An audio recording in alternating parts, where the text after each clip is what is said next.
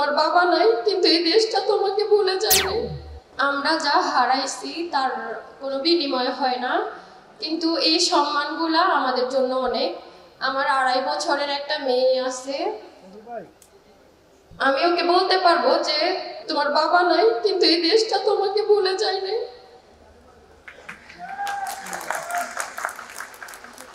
এই দেশের মানুষরা যেন আমাদেরকে ভুলে না যায়। আপনাদের কাছে আমরা যা হারাইছি তা একটা সংখ্যা, কিন্তু ওই একজন আমাদের কাছে আমাদের পুরো একটা পৃথিবী। আমার মেয়েটা এখনো জানে না যে ওর বাবা নাই।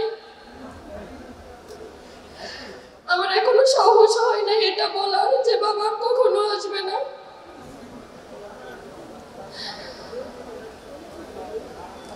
আপনারা প্রত্যেক শহীদ পরিবারদেরকে মনে রাখবেন, শহীদদেরকে ভুলে যাবেন না। আহতরা যা হারাইছে, এক একজন এক একটা অঙ্গ হারাইছে, কোনো কিছুর বিনিময়ে এগুলা ফিরিয়ে দেওয়া সম্ভব না। আর এই হত্যাকাণ্ডের বিচারগুলো যেন খুব দ্রুত হয়, এটা আমার বর্তমান সরকার, পরবর্তীতে যে সরকার আসবেন তাদের কাছে বিনীত অনুরোধ, প্রত্যেকটা আসামি যেন শাস্তি পায়, আর একজন নিরপরাধও যেন শাস্তি না পায়। প্রত্যেককে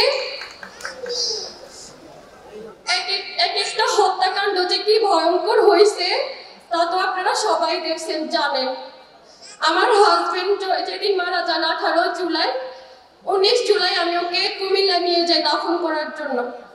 আমি যে কত কিছু ভোগান্তিতে ভুগে তারপর কুমিল্লাতে নিছি সেটা আমিই জানি। এমনও আছেন অনেক যারা কবরটা পর্যন্ত ঠিকভাবে দিতে পারেন নাই, অনেক বাধা বিপত্তি সহ্য করতে হয়েছে। আপনারা সবাই আমাদের পাশে থাকবেন, এটাই কামনা করি। এবি পার্টিকে ধন্যবাদ যে আমাদেরকে মনে রাখছেন। সবাই যখন জোয়ারে গা ভাসায়, কেউ কেউ শির দাঁড়া সোজা করে ঘুরে দাঁড়ায়। সময় যেখানে প্রতিনিয়ত হার মেনে নিতে শেখায়, কেউ কেউ চ্যালেঞ্জ ছুড়ে দেয়।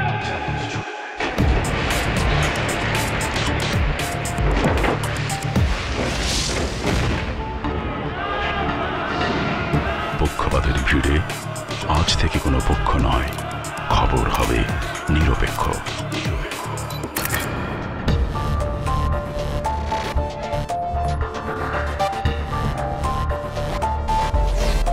বানোয়াট তথ্যবাদ, খবর হবে নিখাত। ভেঙে গুজবের শিক, খবর হবে নির্ভীক।